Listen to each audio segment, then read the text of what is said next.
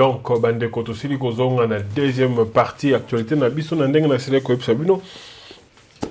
Dans le baki ete tokosola sur Maya Mazali koleka na mboka, boyebe ete mwana mboka bayati ye aselaki kokabwana bande ko ya FCC et asalaki point de presse moko esika oyo aselaki ko annoncer que yena ba 145 élus na ye, 44 députés nationaux, 70 députés provinciaux, on a 13 sénateurs, on a 2 gouverneurs, on a 7 vice-gouverneurs, na regroupement bango bimbawana. Ba sili kolongwa na FCC parce qu'il y a le bas qui le kola balongo lié ba eti na FCC, yé le kola zali représentant, azali autorité morale. Il y a groupe AFDC A, donc AFDC allié, a kokende na ba towana nyoso. Ba membre na ye ba kotika la kuna te. Boyebi ete mwana mboka Steve Mbikai ye amekaki kosala makambo ya nyoka nyoka ya asila koloba ete ye akotikala na kati ya FCC ye akosupporter autorité morale Joseph Kabila, mais Modeste Bayati Lukwebo ye asila koyebisa ete soki ye mwana mboka Steve Mbikai aboyi kolanda nani Bayati, mwana mboka Steve Mbikai, il faut acquitter AFDC parce que na loi et si koloba ete ceux qui membres il y a mouvement politique un groupe politique morobwe à Zolande la lisusu maloba ya parti de Zolande la lisusu ndele ya parti te ceux qui a quitté il faut à perdre qui député naïe. Donc il faut perdre siège naïe. Yangwana eloko mwana mboka bayete asela koloba na mwana mboka Steve Mbikai asela ko ebisa ete yende mota futela kiye mbongo caution naye pona kozala député ye Steve Mbikai na parti naye mwana mboka bayete biye mta futela ki bango yango mais mwana mboka Steve Mbikai asela ki ko bwakisa makambo na asela koloba ete bayete asela ko salela bango ya ngo te. Donc na kati kuna pe AFDC et aller moi conflit et ezali kosalama parce que lelo mwana mboka Steve Mbikai na regroupement politique bazolo ka pe ba se retirer pona ko continuer ko supporter Joseph Kabila. Et à part wana toujours qui sous donc AFDC va sous soutien, il y a Moïse Katumbi Oazali, l'un des leaders, il y a la Mouka Oazali coordinateur pardon, il y a la Mouka na Mamoto za Koloba. Yé asile kosala pardon, porte-parole il y a la Mouka Francis Kalombe zaki Moïse Katumbi te asile Koloba que Moïse Katumbi soutient la démarche de Modeste Baïti de Kwebo de partir du FCC et de chercher que la voix du peuple soit entendue. Alors que Moïse Katumbi a soutenir la démarche de Kwebo et a te voix il y a peuple ezala koyokana. Il dénonce en outre les dictats du FCC et demande à ceux qui sont restés de prendre courage et de quitter le FCC. Que les autres prennent leur courage, il faut quitter le FCC. Wana Francis Kalombonde Asilaki Koloba. Donc à lobby que azako dénoncer pardon qui dictature ezako sama na FCC baso luka ko imposer batu mwana mboka tambwe mamba et asengi na batu oyo batikali kuna na kati ya FCC bazo courage ya kobima et alobaki susu que Moïse Katumbi azako zela nini moment important pona kosenga que bandeko ya ensemble ba voter Bayati na Sénat. Donc Moïse Katumbi ko pesa mibeko na bandeko oyo ba député ba sénateur pardon ya ensemble ba voter Bayati. Donc kuna na kati ya Sénat Bayati na regroupement politique na ye plus battu ensemble et peut-être ceux qui a solo libyen na bandeko ya cash ba ko voter et Alexis Tambomamba a kotikala ko bimate et cause vraiment difficile parce que moi je me dis bon soki lelo Bayati pe na makambo to baza ko sala ka stratégie politique ya Kabila que Bayati bendana créer moi mbutu et après là on kende ko nos yeux soutien na bango là ba ko bimisa yo on travailler no ka pona biso on sait jamais parce que wana eza ba politique ya mboka na biso ba politicien na biso bazalaka moi bizarre na lolenge wana donc na ndenge na sele koloba wana makambo ya bayati ndenge za ko ndeko kento ebite place nini ko sukela parce que entre bango makambo to tambola vraiment ndenge elongo banité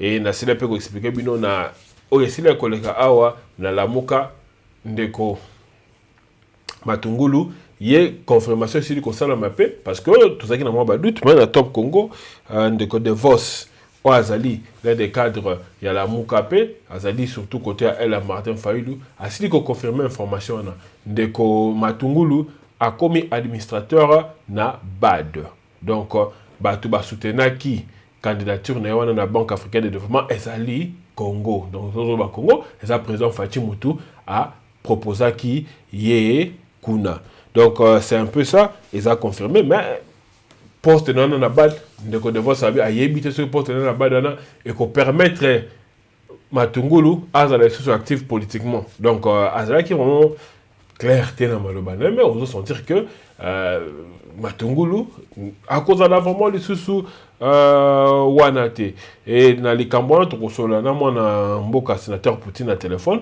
pour na tomeka koyeba ba impression na soka zolo banini pe actualité dérangeant qui batu hier ça qui actualité oyo ya président Félix bon les actualité président Félix parce que comme on les a qui cité na kati eza tweet oyo ndeko Alain Daniel Shekomba oyo azali candidat azalaki candidat à l'élection présidentielle et c'est que le Kazaki est l'un des candidats malheureux il y a l'élection présidentielle c'est que le cas hier a s'il ko proposé que président Félix a nommé Joseph Kabila comme chef des opérations militaires na Est ya Mboka Congo pour na ndeko Shekomba Joseph Kabila a na expérience ya mingi na ndenga zalaka militaire et na ndenge pas zalaki na chef de l'état pour na ye sengeli ba nommé kuna na Est ko asila koloba boye na tweet oyo a Twitter qui na zo tshela bino tweet wana pour bomona yango nabi mesa tweet wana sila ki ko loba boye mes excuses pour tweet wana et bima bon ça prend un peu de temps donc na tweet wana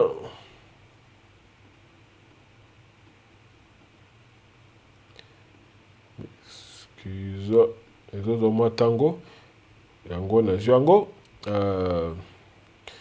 na tweet wana ndeko Shekomba sila koloba compte tenu de son expérience militaire de chef d'État et de meneur d'hommes, je demande au président Félix Tshisekedi de nommer Joseph Kabila comme chef des opérations militaires à l'est du pays pour restaurer l'autorité de l'État.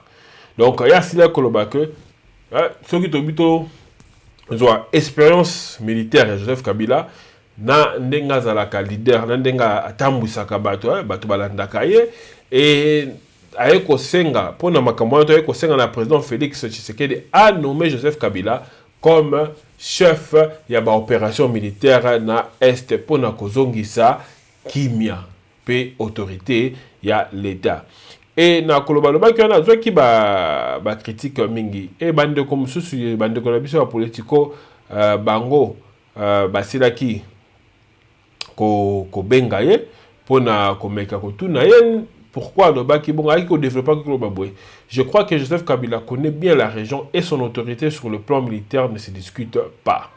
En outre, il maîtrise la région, la langue et la culture locale de la partie orientale de la République démocratique du Congo.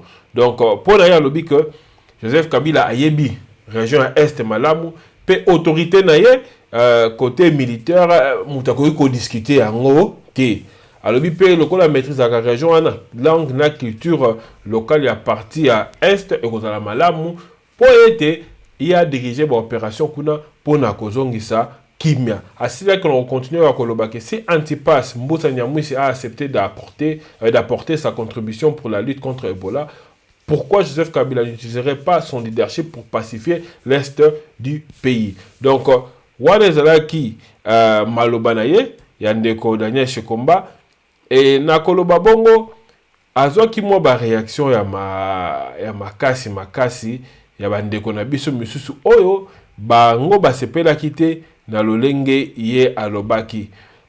Tozala bandeko mingi oyo bakomantaki sur makomi na ye na kotiela bino yango bomona yango. Tozala ndeko amibengi Congo Vision ye asili ko répondre na kolobake. Étonnant de te voir tenir de tels propos. Joseph Kabila incarne l'instabilité, la criminalité. Proposition de très mauvais goût est une insulte à l'intelligence congolaise. Donc que Azako comme on a ndeko oyo chez Komba Azako proposer proposition parce que Joseph Kabila pour naie Aza ko représenter instabilité donc désordre tout guerre tout ça la makana est on a pour naisa représentation au Joseph Kabila Azako représenter et Azako représenter puis criminalité donc kobuma oyo babomakana est ya Congo na ndenge bandeko na biso bakufa le pamba kuna pona ye eza représentation ya mosala juste comme ça laka abike proposition ya mona mboka oyo ezali proposition moko mabe et ezali ko fingisa mayele ya ba congolais et ndeko mususu pe akina sima yesusu ko réagir ye asilaki koloba boye parce que proposition est choqué bandeko belé. Si en 17 ans, en tant que chef de l'État, il n'a pas su ramener la paix à l'Est, vous pensez qu'il le saura aujourd'hui? On ne peut pas faire appel à un pyromane pour éteindre un feu.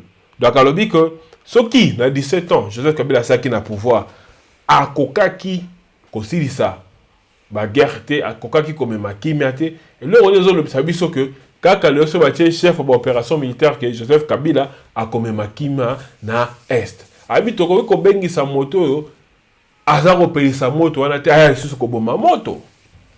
Wana ça ya ndeko Peter yenda commenter ki na Twitter pour na ko réagir na proposition à mona mboka Daniel Shikomba et ndeko Pasi ndeko je pense ndeko Papi pardon ndeko Papi Masita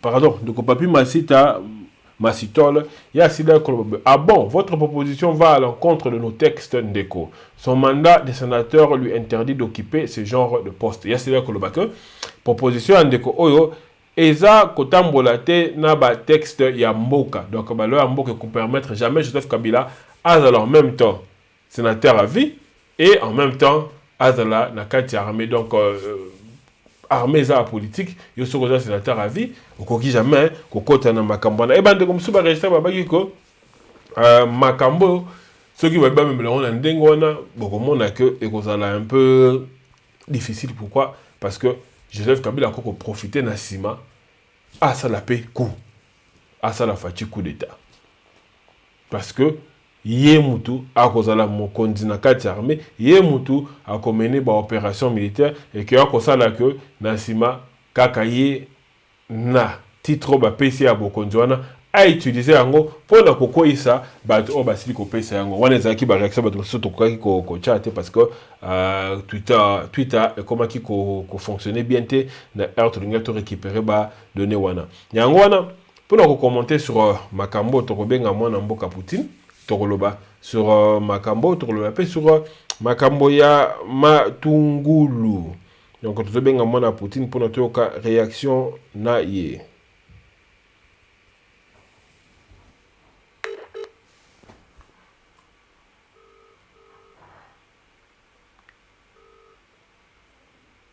Allô? Allô Francos. Oui, allô Poutine. Ndenge ni santé papa? Santé elengi pe kitoko. To bengi yo pona kosolaka makambo ya mboka na ndenge tosolaka. Lelo boyebi ke ba actualité ezali ya makasi. Tosili komona mwana mboka d'abord mwana mboka chez Okomba asilaki ko pesa proposition ya koloba na président Fachi que président Fachi a nommé Joseph Kabila comme chef ya ba opération na Est parce que Joseph Kabila selon lui a une expérience mingi na armée et akosila kozongisa kimia na kati ya mboka. Yo proposition no moni yango ndenge ni? La monnaie Daniel Daniel Shekomba. Il y a quelque chose on a mutuana mutune ça bien té. Na ko préciser pourquoi la zone va se mutuer ça bien té. Aya na aventure air ya machine à voter. Aya wana la kisa biso ba théorie moko voilà ndenge basali banini tout ça qu'on je ne sais pas tout ça mais assura na. Et na ba era ba élection moni Shekomba akeba élection. Et dernièrement, il y a des choses de l'allégation sur la coopération de démarche, où il y a failli la salaki. À côté de moi, selon mon Québec, il y a la monnaie pendant Azana Poité, tout ça comme ça. Allez, à Bendali, sous sa tiki en moi. Les là, ils me pas la Kabila. Oui, mais problème est dans la Congo, les années. Tous les gens tout bien intellectuel. Or, tout le monde est intellectuel. Bazaba intellectuel de non, mais bazaba bourrique fondamentaux. Je ne diaspora. Naba et puis c'est la majorité de la diaspora. A bourrique fondamentaux. Oh, talaba oh so bazaba système ya ba jaliloliste, ba lingi ba bloka ba culture ya personnalité. Donc, tu te poses la question pourquoi Batmaro commence à niveau à Boy. Pour l'année dans ce élément, il y a arrangement, il y a parlement, ils auront décision tant que non les anciens chefs de l'État, il faut pas un titre, il y a un sénateur à vie. Sénateur à vie, donc à Titani, on va faire du soutien. Oh non, Kabila, en 2023, donc aux hommes qui est un peuple moko tellement ou meni 56 ans après indépendance, la dictature, bah il va à la démocratie. Bah on peut pas fandi na bamboka ngoya poto, lokola intégration za mo boulot, on a mutavana na France français, même si à 45 ans en France. Oui, avant, on appelle un pays anglophone en Angleterre. On regarde ça là, oh, pendant la première génération, tant que pays Angleterre. Congolais, ils bossent comme en Angleterre. Mais, ce qu'on a fait, anglais, a pas maïs, il y a bye. Sikoyo, pour Kabila, a comme même un agent à président de la République, il faut Akoufa, assez quoi pas comme président. Comme il y a comme président, et c'est pratiquement impossible. Et ça pratiquement, parce que maintenant, sénateur a dit, oh non, Moni, FCC, comme ça, Kabila, président, et Nani, et mon autre, mais tout ça, il y a une diaspora, il y a un problème. Il y a un problème. Le coup, a fait communication, il y a Congo, il y a un Nzala. Les journalistes, il y a plus culte, il y a personnalité, de façon qu'il y a moyen. Il y a aussi pas côté ya bato potopé mutazo il se positionner à se retrouver ba mon aïe danser mais le fond est à peine vide et à peine vide donc mutuwa chez Kombaona azolu alors ça la baisse d'ailleurs ba yo kaye ba lo ba kaye pe ba tout ça ba yo kaye pour que ça là et moi et logo moko boy mais ezaka le système kaka ya ba vérité deuxième là vous comprenez donc parce que ça n'a pas d'aboutissement mouroté. Kabila au tigala au zonga les sous-soutés. Militairement parlant, Dengue Azolo Bake, Bachaya, c'est le chef d'opération militaire. Non. Est-ce que Kabila est un bon militaire? Ah, c'est Kadogo. Kadogo militaire. Mais Baza.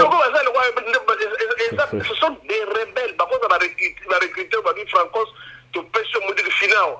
Entraînement de 2 semaines. À comment général na Congo, tant à combat koti, à quelle formation sur la Chine, il y a militaire, il y a 1 mois comme général. Pourquoi le bélo? Oui, que tout à fait, non, parce qu'il y a lobby que Kabila a ebi est un pays malamu, a ebi langue wana malamu, ayebi bakwana malamu donc ekozala malamu kotia kuna po a aider ya komema kimia pe kozongisa autorité à l'état.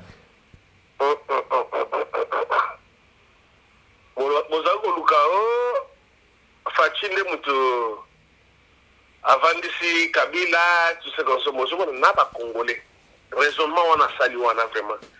Donc la seule personne qui part au Congo qui la langue à côté de Kabila. La seule personne est Kabila. Tala. Et ça tout ce qu'on se Kabila ne va pas révéler. Kabila calme.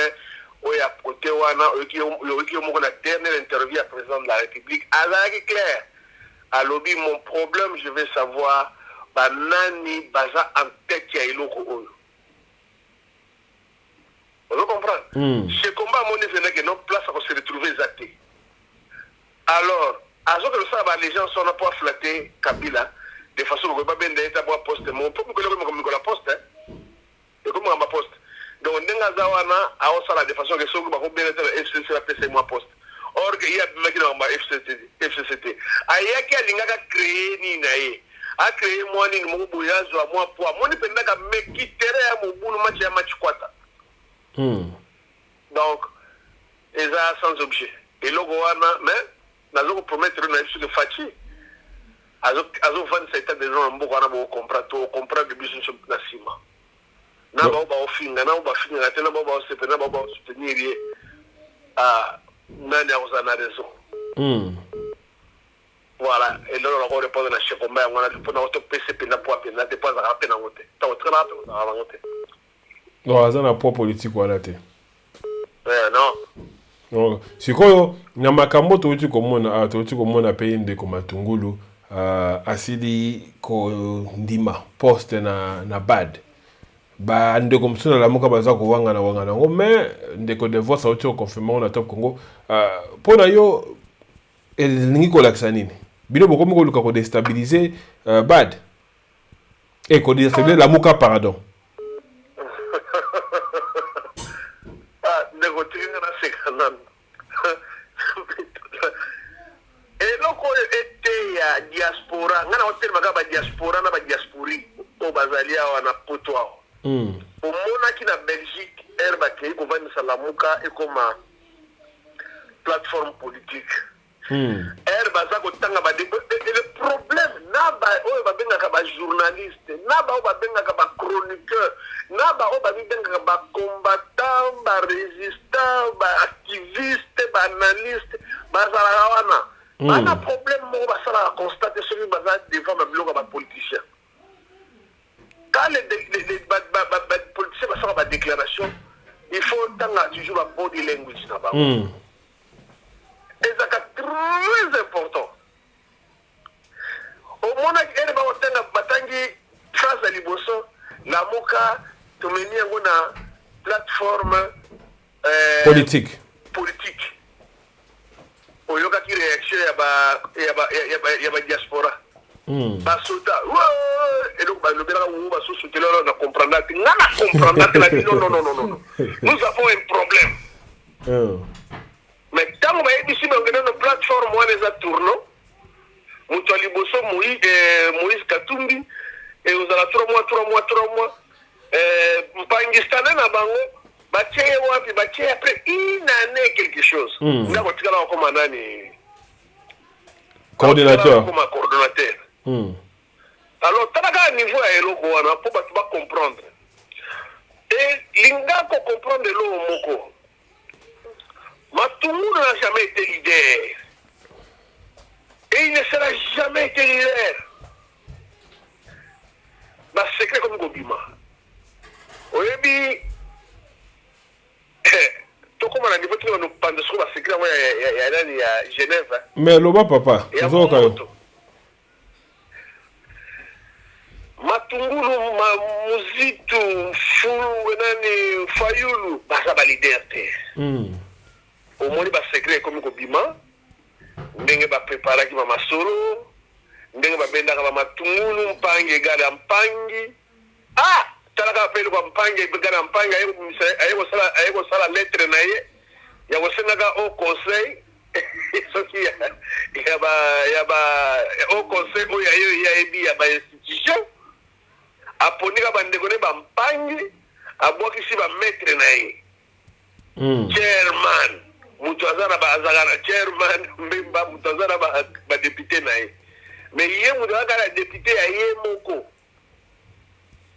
abendi banani ba muzito wana mais ye baki muzito nazo le baro lelo muzito akoboma Fayulu muzito azoke ba Fayulu na libulu akufa penda alinga mu akufa et ye ba encore Fayulu c'est un vrai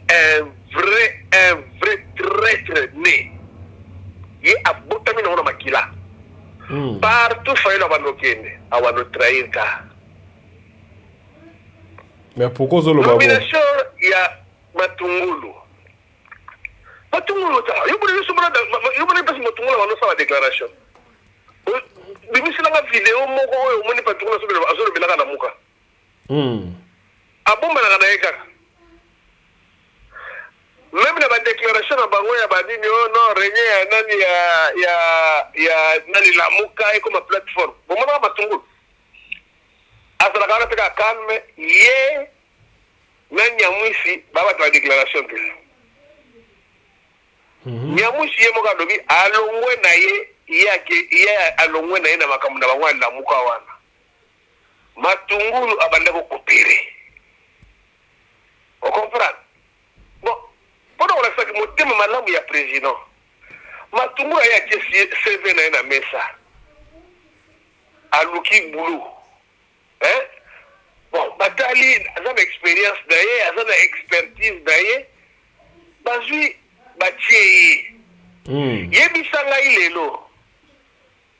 Soki Matungulu azalaki, par exemple, mutua région mokona président de la République.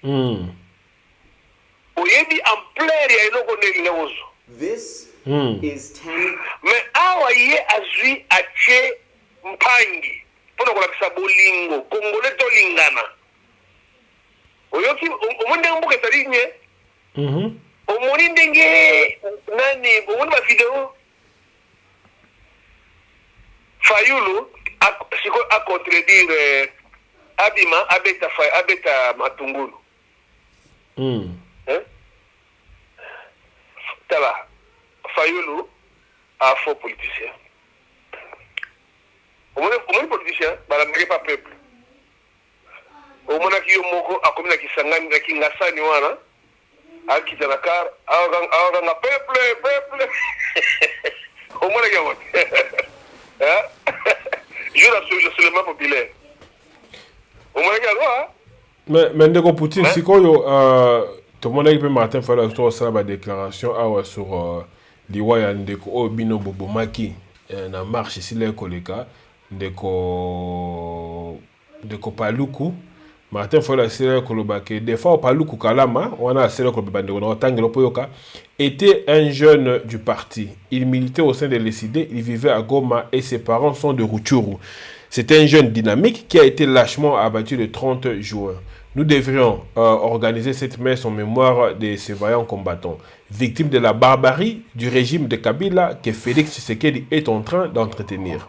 Pour nous, c'est un martyr de la vérité des urnes. C'est un héros. Nous l'avons d'ailleurs enterré dans le même cimetière que Luc Kukulula. Aïko continue à Koloba que Félix ne gouvernera pas. Félix ne gouverne pas. C'est Kabila qui est là. Le 30 juin, la barbarie a été violente. Kabila a montré que c'est lui qui est aux commandes. Certains esprits malveillants ont tenté d'étouffer la barbarie du 30 juin. Wenzaki, Martin Fayulu, après messe, Yandeko Paluku. Yokolobani na makambo, mwanambo kazako accusé bino a pas le bique. Motonabino azali ko gouverner te. Eza Kabila ndaza ko gouverner. Et mawana Fayulu, mutweza obeta. Mutweza obeta. Mais mutweza le gouverner te. Baye validaki ba député na bango. Baye ko le liboso ya président pour que président a système bango. Tamo président lobi. Bazongi te. wana liboso ya mibale Fayulu akomaki lettre a reconnaître comme présidente oyo azosengaki basala soki au conseil ya bainstitution nayebi si motu wana babi akufi wana selon bainformation balobi ke motu wana akufaki te ezali babese ya Fayulu te me awuti kokufa wana ezalaki ya liboso oyo babaki la information maki liboso babaki akufaki te akotaki na hôpital mais après quelque temps baye ko déclarer akokufa na ba blessure na ye bon sikoyo alebi akomana il faut bakanga Fayulu faut bakanga Fayulu bakanga ye pourquoi parce que Fayulu ndi aza à la base na ya journée na biso ya l'état atekisi marche wana ezalaki na qualité te na jour spécial ya mboka jour spécial ya mboka na biso ya indépendance o moko tozokali panda Fayulu aobenga bana ya bato bakosala nini bakosala soulèvement populaire ya vérité des îles azalaka nango te azalaka te na preuve ata moko te. Mais alors, marche wana ndenge toyebi balwa ya mboka tozana nini ya informel donc oye o informé bozana posa autorisation te pour na kosala marche et ça la toujours comme ça informaki la muka babala muta informaki babala rejeté angot ya sala jamata arrêter les quitter na parce qu'il faut même se une responsabilité. Est-ce que je pense que ma mère a gagné ce pays? Ma mère a gagné ce pays. À comprendre que ceux qui m'ont dit de la page de Salami, à cause de la prison. Au moins, il m'a na balabala. Au moins, qui est? Na ba ba otamu na makolongo, mo ni ba ngo. Hein? Na ba ba tamura makolongulu ba debile ba tamura makolongulu mo ngi bawo ba fana ba ndona ba ba Daniel Saf wala zoro ba Daniel Saf l'état des droits est anarchie to na kata mbogo yo mo na ngote les propres na lobi na okende ko mon frère nani ndeko Francos to na problème na mboka wana to na mboka oyo tout le monde a dit que non, tu sais que tu vas manifester dans le monde. Que non, l'État boy. Comment on appelle ça d'abîmement? L'État boy parce que, ma personne a toujours raison, l'État boy parce que, dans un dispositif, ça la tête pour sécuriser plus soin. On va après c'est mon boulot. Et pas la vie, c'est comme donc le corps a tellement que n'a pas dans un poteau de démocratie, n'est-ce pas? Baso ya kana biloko na bango kaka ndenge wana babandi pe ko lobaka ke non démocratie c'est-à-dire il faut que tambola faut que beta ba policier il faut que ça on est dans la démocratie non dans lobby la loi s'appliquera dans toute sa rigueur oya kosakana mibeko ko bete Fayulu soka sakani ndenga zoke akokota luzumu Comment on a la bombe à Tungulu? À ça, je déjà posté à bas. Bon, même opportunité, il y a aucun déwap. Il y a aucun déwap. Il y a aucun déwap. C'est le temps où on est dans le gouvernement des personnes comprendre. Chairman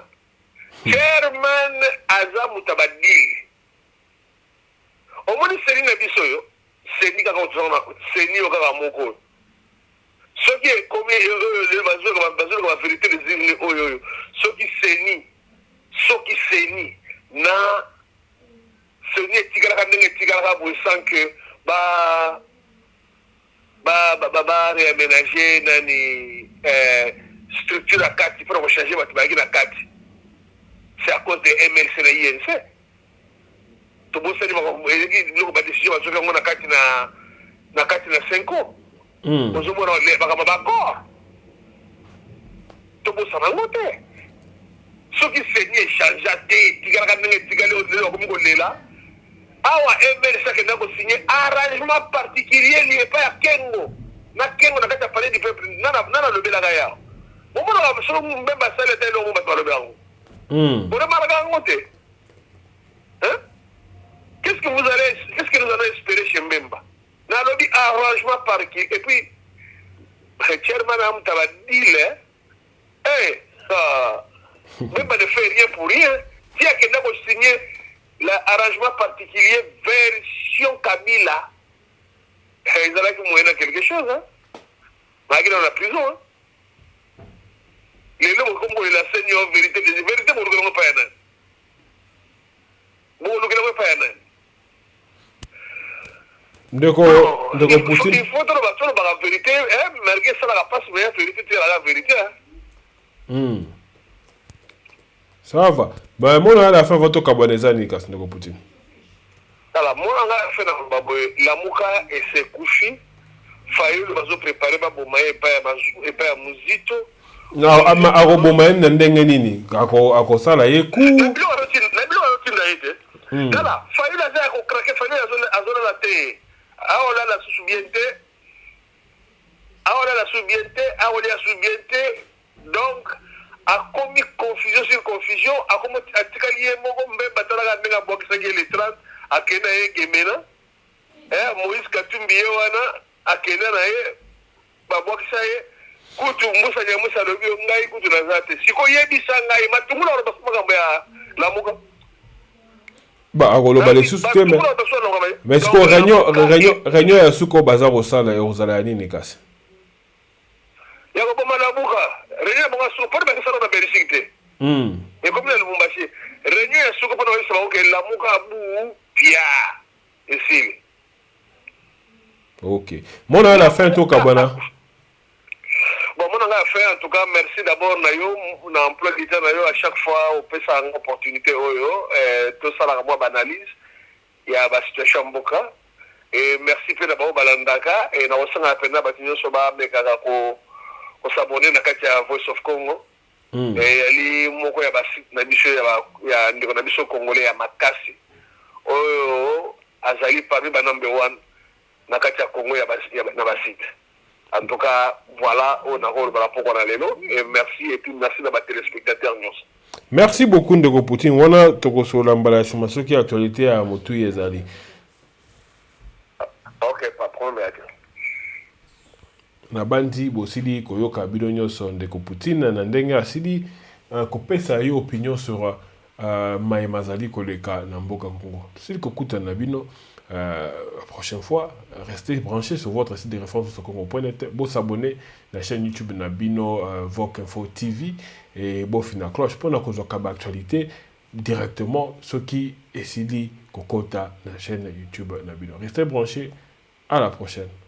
Bye bye.